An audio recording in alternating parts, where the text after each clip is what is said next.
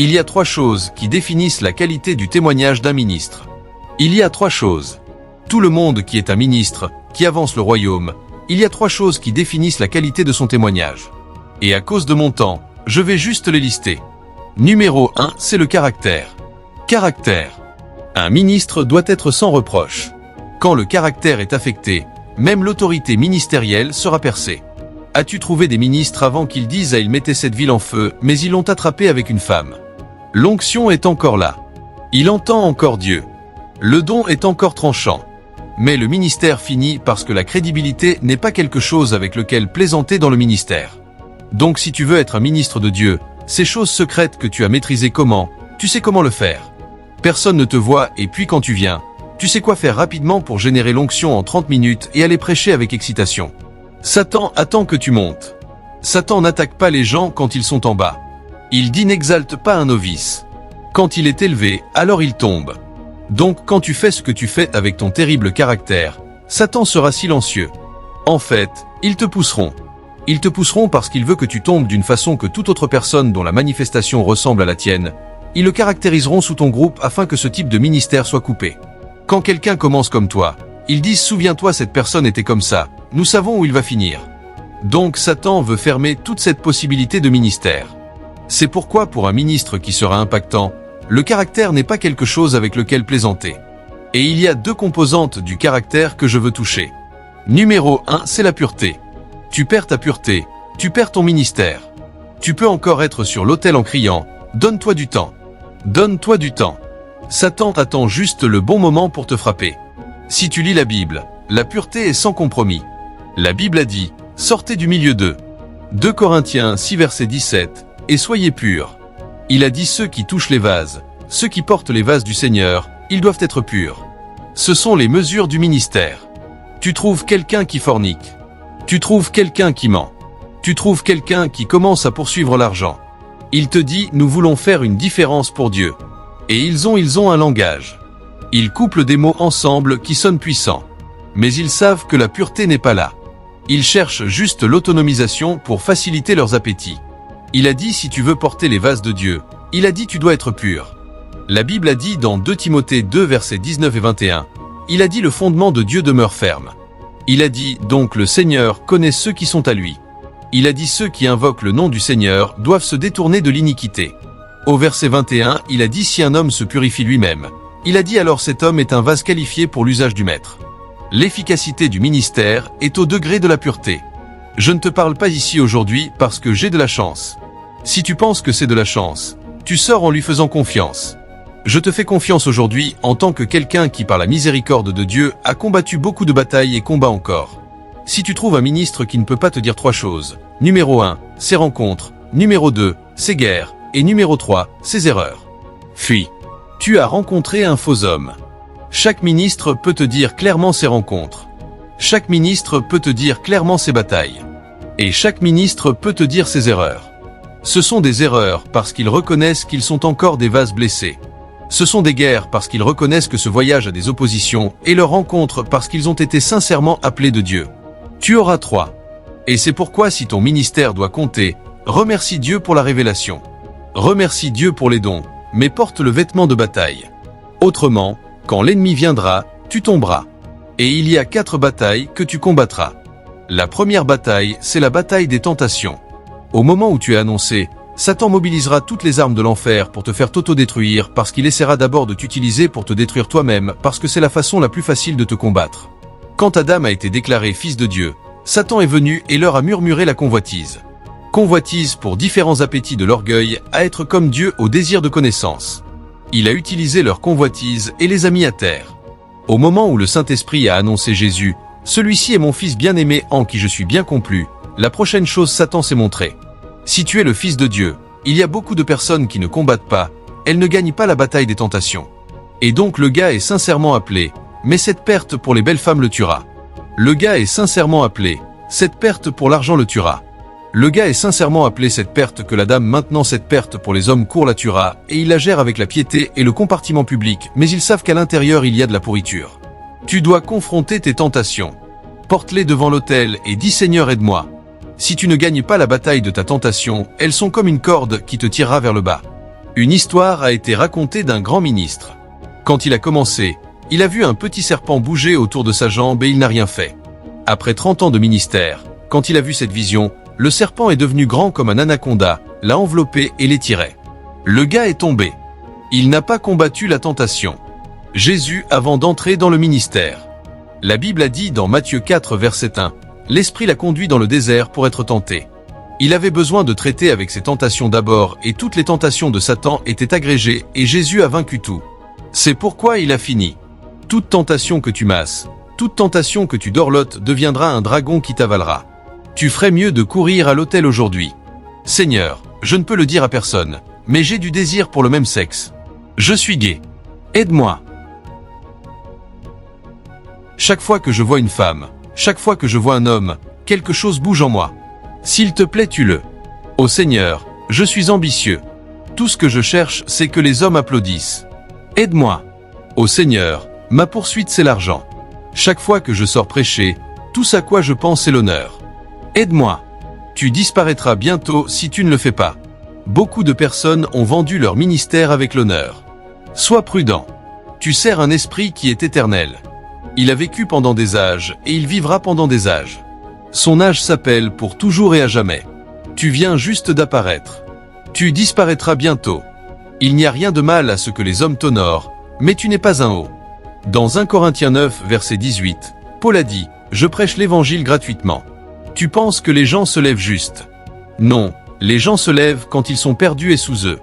Mais ta tentation sera ta plus grande bataille.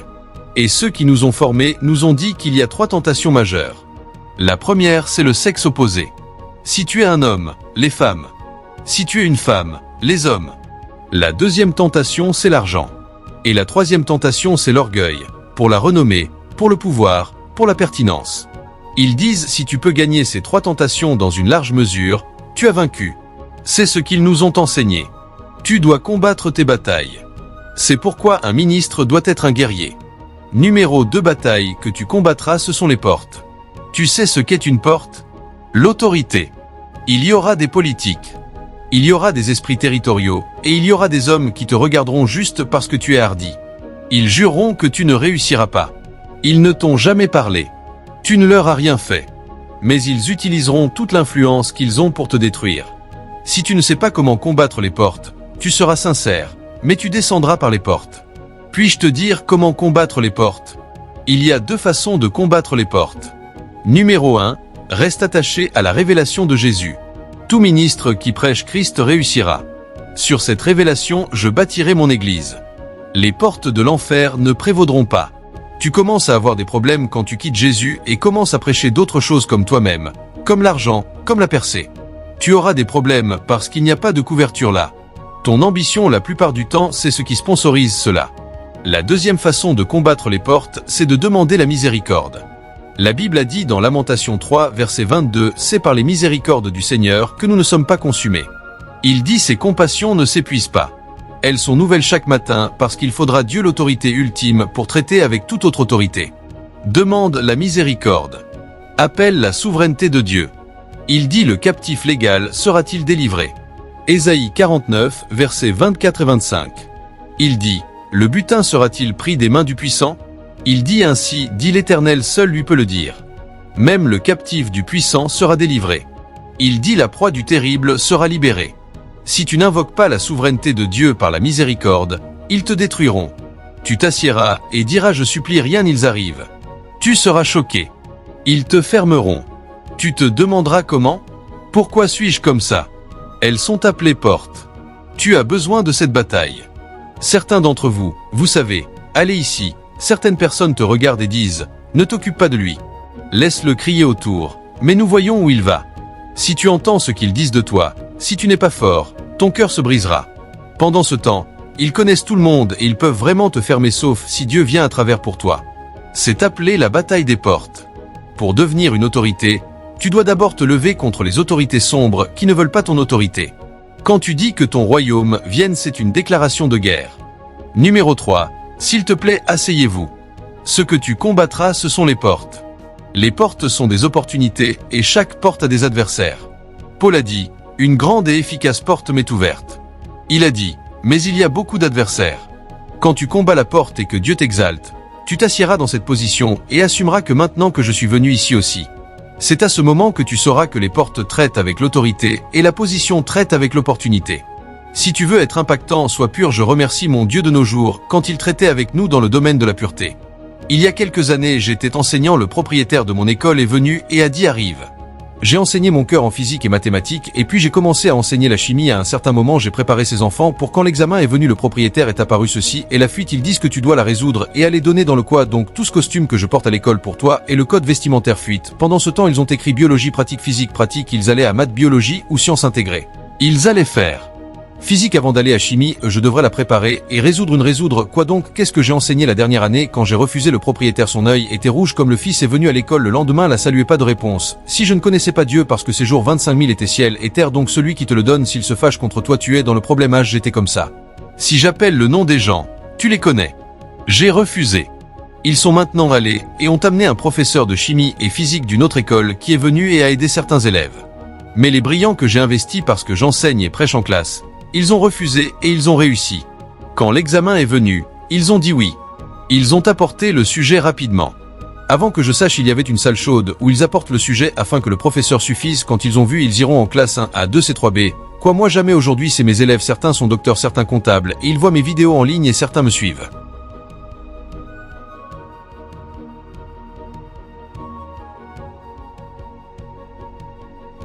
Imagine si c'était moi qui résolvais les chocs pour eux. Comment puis-je m'appeler apôtre aujourd'hui? Ils riront de moi. Ils diront, laisse cet homme. Il est intelligent, mais il ne connaît pas Dieu. Mais aujourd'hui, ce qui les touche, ce n'est pas le message que je prêche. Quand nous n'avions rien, nous nous sommes tenus fermes. J'enseignais dans une école appelée j'enseignais dans une école appelée Ming Gibbs.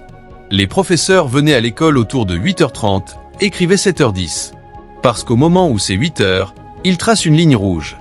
Donc, quiconque vient en retard, alors tu es sous la ligne rouge. Tu sais ce qui arrive quand ils viennent de Université TSB. Tu es dans Docteur A. Ce qu'il utilise pour tracer le temps, c'est où j'ai écrit mon nom. Ma maison était à Newgy. Donc j'avais l'habitude de venir en retard. Je viens à 7h40, 7h50, parfois 8h, parfois 8h10. Quand je viens, j'écrirai 8h10. Donc ces jours quand je viens écrire le nom, les professeurs diront « Attends, attends, attends, attends, attends. Homme de Dieu, attends. N'écris pas d'abord. Attendons. » Certains professeurs me haïssaient parce qu'à cause de moi, ils étaient toujours écrits en retard. Ils te regarderont et diront « Regarde le saint ». Ils prétendront qu'ils sont les plus saints. Dis-tu que tu n'as pas de péché? Je ne suis pas parfait, mais celui-ci je n'exercerai pas ma volonté pour faire la mauvaise chose. Aujourd'hui, la plupart d'entre eux sont mes disciples. Ils me suivent en ligne. Ils me contactent et disent « Merci Dieu pour toi ». Dans les jours où nous luttions tous, ils me haïssaient. Ne compromets pas. Ce qui fait de toi un ministre, en effet, c'est ta pureté. C'est pourquoi l'Écriture a dit ta tête ne doit pas manquer d'huile et ton vêtement doit toujours être blanc. Sinon, Satan lui-même te résistera. Numéro 2 trait de caractère, c'est l'amour. Amour. Amour. C'est une chose qui nous manque aujourd'hui. Oh, la compétition entre ministres, la malice. Maintenant, je suis contre la corruption. Je suis contre le compromis. Il n'y a pas un jour où j'approuverai le mensonge, la fornication, les faux prophètes. Il n'y a pas un jour. Mais mon message n'est pas un homme. Mon message est Jésus. Ne fais pas de ton travail de calomnier les gens. Il y a certains ministres qui sont si excités quand ils entendent quelqu'un de faux. Êtes-vous des gens? Êtes-vous surpris? Puis ils viennent maintenant à l'autel. Ça devient message. Pourquoi n'as-tu pas été touché? Saul poursuivait David pour le tuer. Mais quand Saul est tombé, la Bible a dit David a déchiré son vêtement, a mis des cendres sur sa tête et a pleuré du matin au soir. C'est son ennemi. Parce que David savait que Saul était oint. Et quand David s'est levé, il s'est levé avec une lamentation. Il a dit, comment Saul est-il tombé comme s'il n'était pas oint?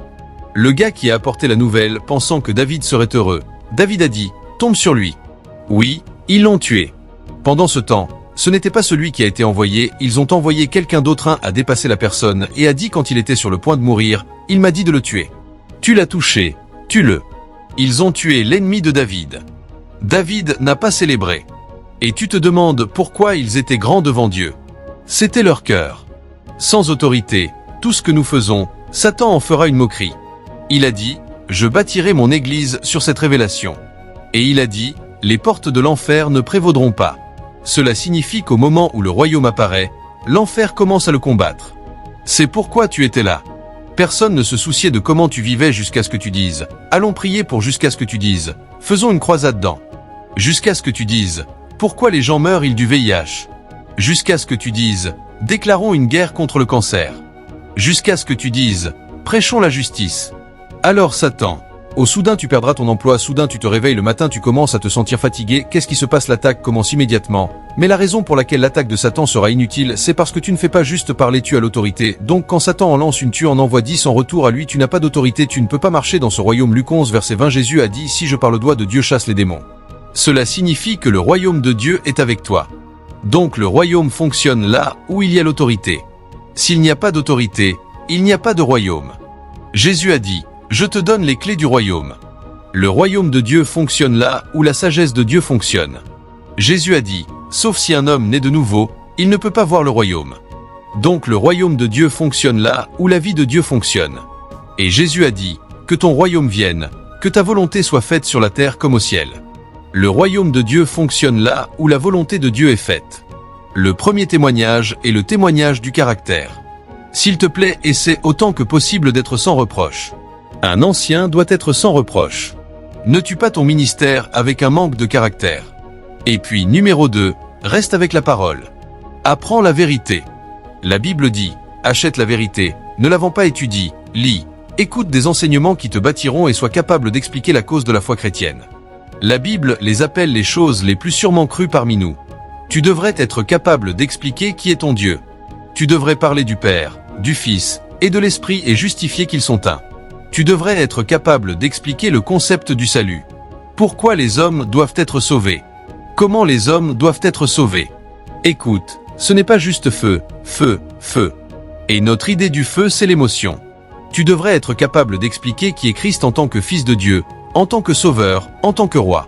Tu devrais être capable d'expliquer toutes les doctrines de l'Écriture, le ministère des anges. Tu devrais parler de l'eschatologie, la fin des jours. Tu devrais le savoir. C'est qui nous sommes. Les œuvres de Christ de son incarnation à son ministère public à sa mort, son enterrement, sa résurrection, son ascension, sa glorification. Tu devrais expliquer toutes et dire les significations. Autrement, qu'est-ce que tu prêches? Ce n'est pas juste prendre 2 écritures et dire aux gens Dieu t'a béni. Dieu t'a élevé, Dieu t'a augmenté. Tu finiras par marchander l'évangile, c'est la guerre. Tu dois la combattre. Tu dois la combattre. Tu dois la combattre. J'ai vécu avec le révérend Hugues pendant 2 ans dans la même maison. Il te dira qu'il y a eu un temps où nous avons jeûné pendant 5 ans, matin au soir, matin au soir, matin. Il n'y avait pas de point de prière. C'était juste miséricorde, aide, miséricorde, aide. Pendant ces 2 ans, nous vivions ensemble en demandant, nous vivions en jeûnant. Pas parce que nous cherchions des portes ouvertes, juste aide, aide, aide, aide. Nous ne savions même pas où nous allions, mais Dieu nous préparait, nous protégeait des tentations. Certaines personnes, elles ne sont allées nulle part, mais quand tu les invites, elles demandent quelle voiture nous les prenons. Quel hôtel, combien d'hôtels es-tu capable de réserver pour toi-même? Mais s'ils n'apportent pas de Jeep, tu n'iras pas voir. Un jour viendra où tu auras 5. Et ces 5, tu n'en achèteras pas un. Ils seront offerts. Il y a eu un temps où en 2 semaines une personne m'a donné 5 voitures. Une personne, 2 semaines, elle donnera 2, elle retournera, elle ne pourra pas dormir. Elle agira. Elle ira. Elle ne dormira pas. Elle ajoutera. Et ce n'est pas Moto dont je parle. Et qu'est-ce que David a dit? Ne le dis pas à Gath. Ne le proclame pas dans les rues d'Ascalon. Il dit que les filles des Philistins se réjouissent. Et les filles des incirconcis se réjouissent. Écoute. Combat le mal, combat l'erreur, combat l'iniquité, mais laisse les hommes tranquilles. Cela corrompra ton cœur et corrompra les gens à qui tu ministres. C'est pourquoi aujourd'hui l'orgueil a pris le dessus sur l'Église. Parce que quand nous pensions que nous tirions nos ennemis vers le bas, nous ne savions pas que nous faisions grandir l'orgueil dans le cœur des gens. Dans les jours de nos pères, demande-leur les choses de Dieu étaient sacrées. Mais aujourd'hui ils délibèrent sur les choses divines sur Internet et les gens qui ne connaissent pas Dieu en font une moquerie à cause de la compétition, l'amertume. Les gens ont un traumatisme, ils le spiritualisent en parlant ce nom, les gens tomberont tremblants à la puissance du prophétique. Mais aujourd'hui quand quelqu'un appelle le nom de quelqu'un tu dis es-tu sûr? Parce que le caractère est mauvais, donc même la manifestation est questionnée ces jours quand il marchait au le réveil. frappe la ville, mais aujourd'hui quand les gens marchent ils disent à rien parce que le caractère, la faiblesse du caractère n'est plus. Donc même ceux qui sont sincères maintenant sont sous attaque juste parce qu'ils vivent dans une génération qui manque de caractère. Donc nous devons commencer à plaider pour le caractère.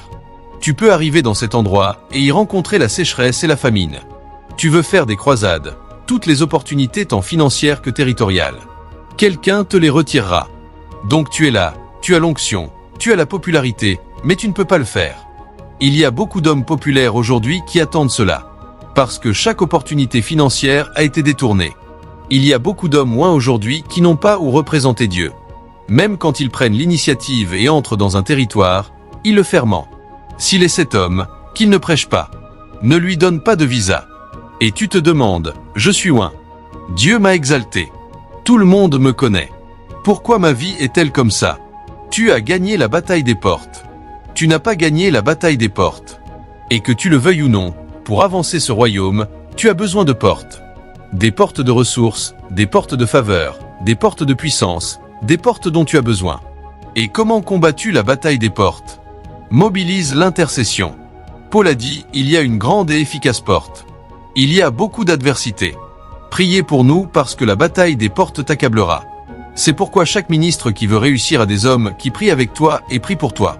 Beaucoup de prédicateurs ne savent rien de la parole de Dieu. Ils mélangent des messages sur YouTube et ils viennent juste en criant. Tu ne peux pas trouver la substance de la vérité. Bénin a raconté une histoire. Il a dit qu'il a invité un ministre, l'a fait voler tout le chemin pour qu'ils aient une conversation et il parlait du livre de l'Apocalypse. Mais il a dit le premier jour il a presque parlé seul. Quand ils sont venus le deuxième jour, il parlait de la tribulation, parlait de choses du livre. L'homme ne disait pas, il a dit « Ah, as-tu volé partout pour être silencieux ? Dis quelque chose !» L'homme a dit « Eh bien je n'ai pas lu le livre de l'Apocalypse. Ce n'est pas partie de mon ministère. » Tu sais quel est son ministère? Encourager. Il est un encourageur. Et il n'a vu aucun encouragement dans l'Apocalypse. Avant de rire, sois prudent. Si nous te prenons la Bible aujourd'hui, si tu n'étais pas préparé et qu'ils disent « Viens et donne une exhortation », as-tu quelque chose à dire? Paul a dit dans 2 Timothée 2 verset 15 « Étudie pour te montrer approuvé. » Un ouvrier qui n'a pas à avoir honte en divisant correctement la parole de vérité. Les ministres sont très mal informés sur la Bible. Oublie tout ce drame. Tu dis à quelqu'un viens parler. Il commence à crier. Tu as de l'énergie. Tu es un jeune homme. Quand tu as 70 ans, tu ne peux pas crier comme ça. Donc cette chose, c'est l'adrénaline. Ne pense pas que crier et transpirer c'est la puissance. C'est l'adrénaline. Ça veut juste dire que tu es jeune. Je crie aussi. Dans les jours des pères, ils connaissaient la parole. Ils n'étudiaient pas pour prêcher. Ils étudiaient pour vivre. Paul a dit dans 1 Timothée 4 verset 13, « Jusqu'à ce que je vienne, donne attention à la lecture, à l'exhortation et à la doctrine. » Il a dit, « Donne-toi entièrement à ces choses afin que ton profit soit manifeste à tous. » Donne attention à la lecture. Les ministres ne lisent pas. Je vous dis que c'est octobre. Certains ministres n'ont pas lu un livre de la Bible. Ils ne sont pas sur Internet. Ils sont ici et la Bible a certains livres qui ont un chapitre comme Jude. Ils n'ont pas lu un livre de la Bible. C'est octobre. Mais le gars est un prédicateur ardent. Quand tu l'invites, il monte. Hello. C'est du bruit. C'est pourquoi nous ne formons pas des gens parce que c'est la parole qui forme les hommes. Je te recommande à Dieu. Acte 20, verset 32. Et à la parole de sa grâce, qui est capable de te bâtir et de te donner un héritage parmi ceux qui sont sanctifiés. Tu es un ministre. Sois prudent. Combat tes pertes. Ta première bataille, ce sont tes tentations. Il y a des gens aujourd'hui que quand ils voient quelqu'un qui est tiré, ils veulent mourir. Un prophète donnera à quelqu'un une parole de connaissance. Il dit « Nous avons besoin de prier pour toi plus tard ». C'est un mensonge. Ils veulent collecter le numéro de téléphone. Donc un homme prêche à Amsterdam. Il fait voler une dame au Canada et de grands ministères sont gâchés avant que Jésus commence. Il a vaincu ses tentations. Les ministres s'assoient sur Internet du matin au soir en surfant et en regardant ce que les autres font. Ils ne regardent pas dans la page du livre. Va dire aux ministres, dis-leur de discuter du salut, de la sanctification, de la foi, de la sainteté. Ils ne le savent pas, dit aux ministres de séparer. Dis-lui la différence entre la justification, la sanctification et la sainteté. Il ne le sait pas. Mais c'est un prédicateur. Dis au ministre qui est Jésus explique la divinité de Christ et l'humanité de Christ. Il ne le sait pas. C'est pourquoi nous ne pouvons pas former des croyants matures et stables. Le témoignage de la parole et de la doctrine manque. Et c'est pourquoi nos followers suivent les tendances. Quand une autre tendance commence, la vague les emporte tous parce qu'ils sont ballottés de tous côtés. Ils ne sont pas établis dans la doctrine. Et donc aujourd'hui, les pasteurs combattent comme des mains de beurre pour garder leurs membres dans leur église. Si tu formes des gens par la parole, tu n'as pas besoin de leur dire de rester. Ils connaissent la vérité et la vérité les rendra libres. Si tu dois dire à tous ceux qui écoutent les gens, s'ils n'écoutent pas, que leur dis-tu? Tu viens, tu cries de janvier à décembre, tu prophétises de janvier à décembre, ils ne sont pas matures. Qu'est-ce que tu attends d'eux? Leur esprit est maigre. Ils ont faim. La Bible a dit un ancien doit être apte à enseigner. Il doit être donné à enseigner, et il doit enseigner avec maîtrise. C'est qui est un ministre. Il doit y avoir le témoignage de la doctrine. Tu seras perdu. Si tu voulais t'asseoir dans un espace public et discuter du sujet de la Bible avec un prédicateur, tu seras choqué de combien il est perdu.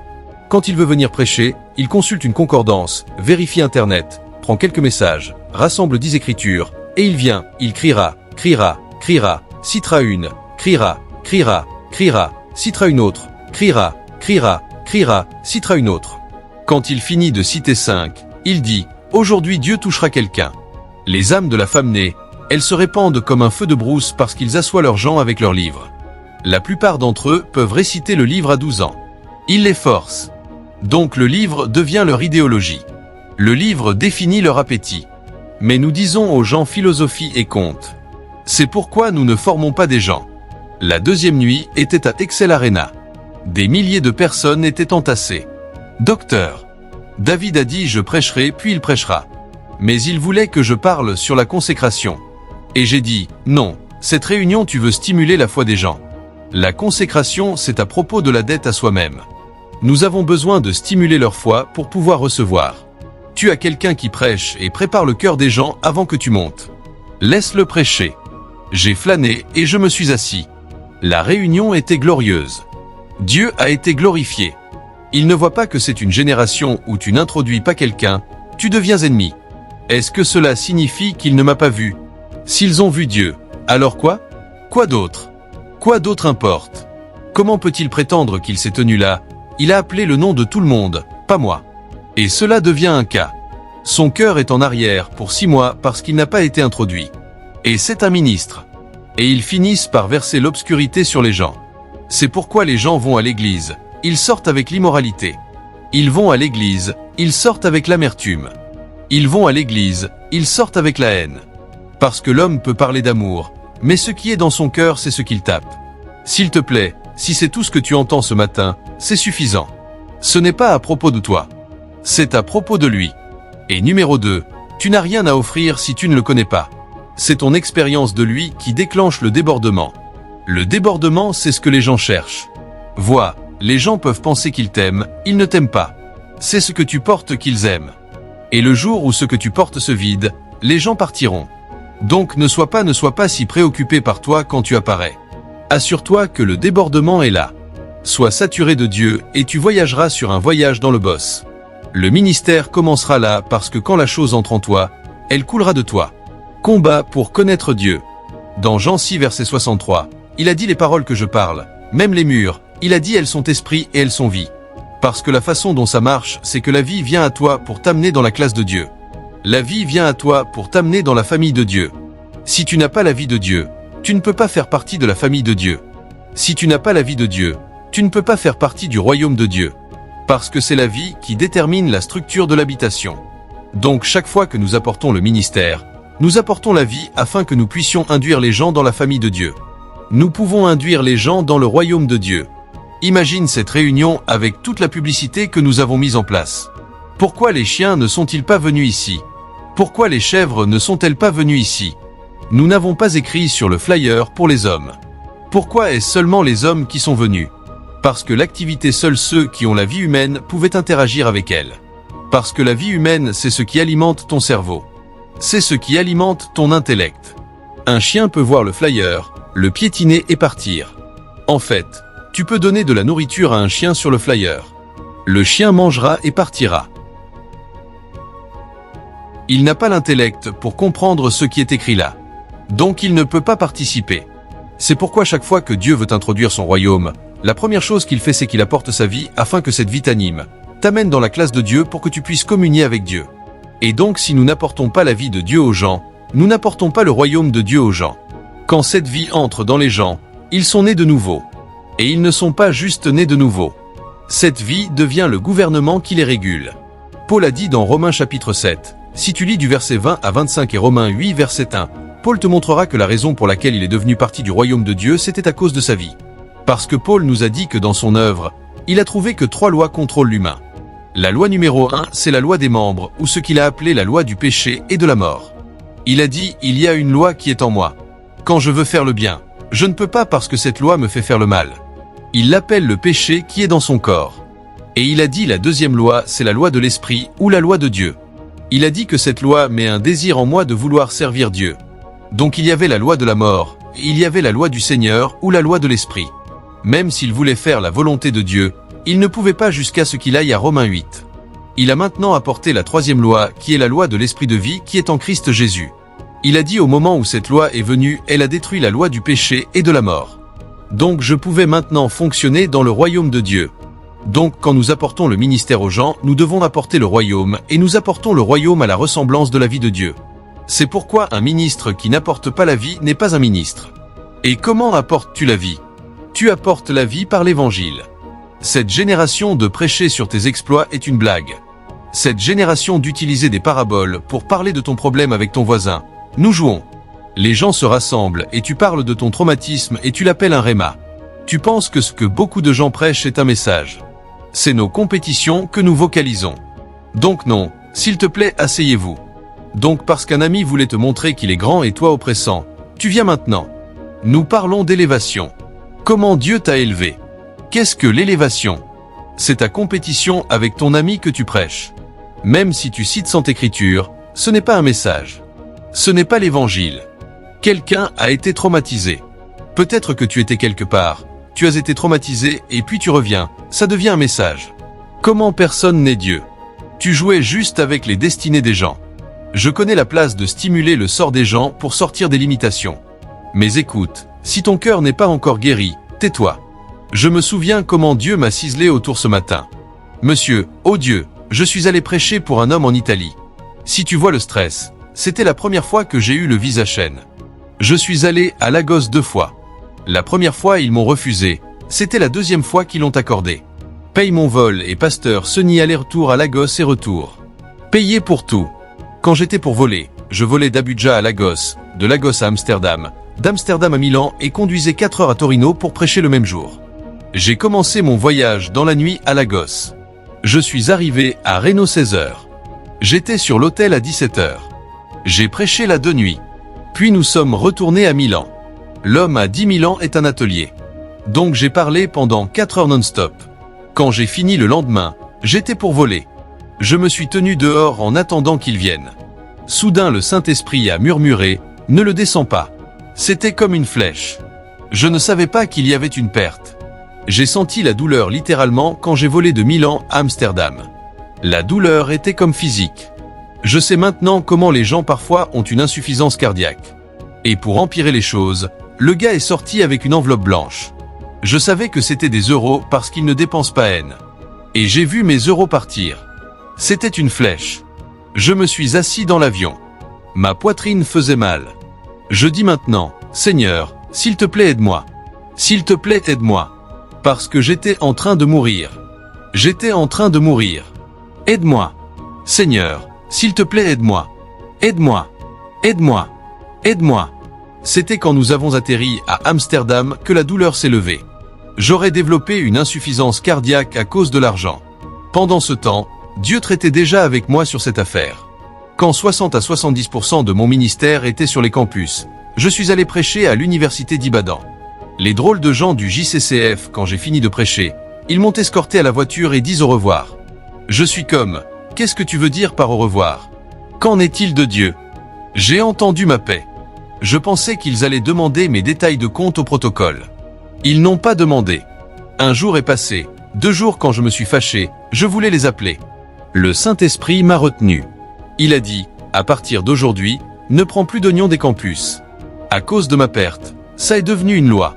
J'ai presque été tué. 60 à 70% de mon ministère venait des campus et je ne travaillais plus. Est-ce que je suis mort? Je suis encore ici.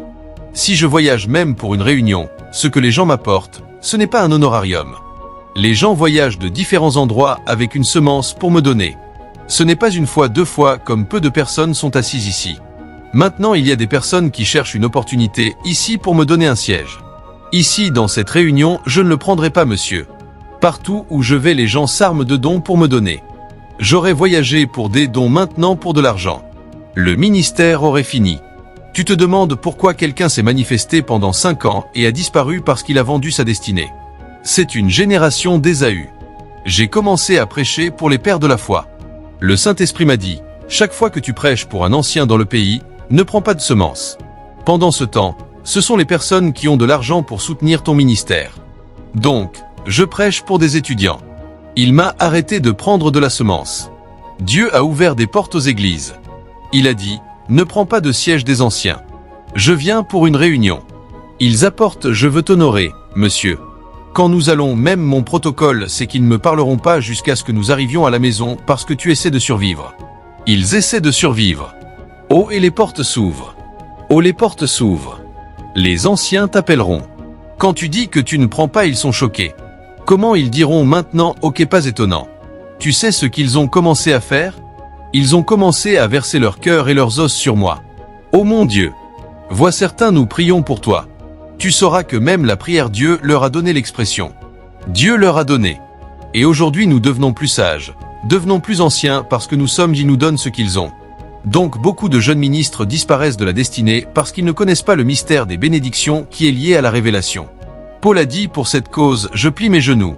Je prie au Père de notre Seigneur Jésus-Christ afin qu'il t'accorde l'esprit de sagesse et de révélation dans la connaissance de lui, afin que les yeux de ton entendement soient illuminés, afin que tu connaisses l'espérance de ton appel, les richesses de la gloire des saints illumine. Il y a des richesses destinées pour toi, mais tes yeux doivent s'ouvrir. Et il a dit à Élie d'aller rester dans un endroit particulier. Les corbeaux l'ont nourri, ils disent les corbeaux sont avares, mais si c'est Dieu qui dit reste là même, les corbeaux te nourriront, donc tu essaieras de garder ta localisation.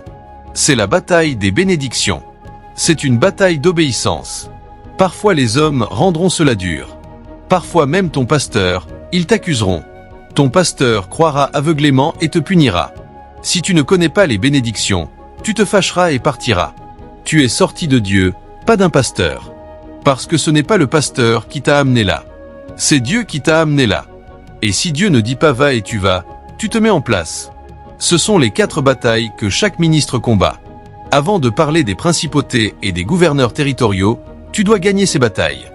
Et puis finalement, le feu de Dieu. Si tu ne portes pas le feu, tu n'es pas un ministre.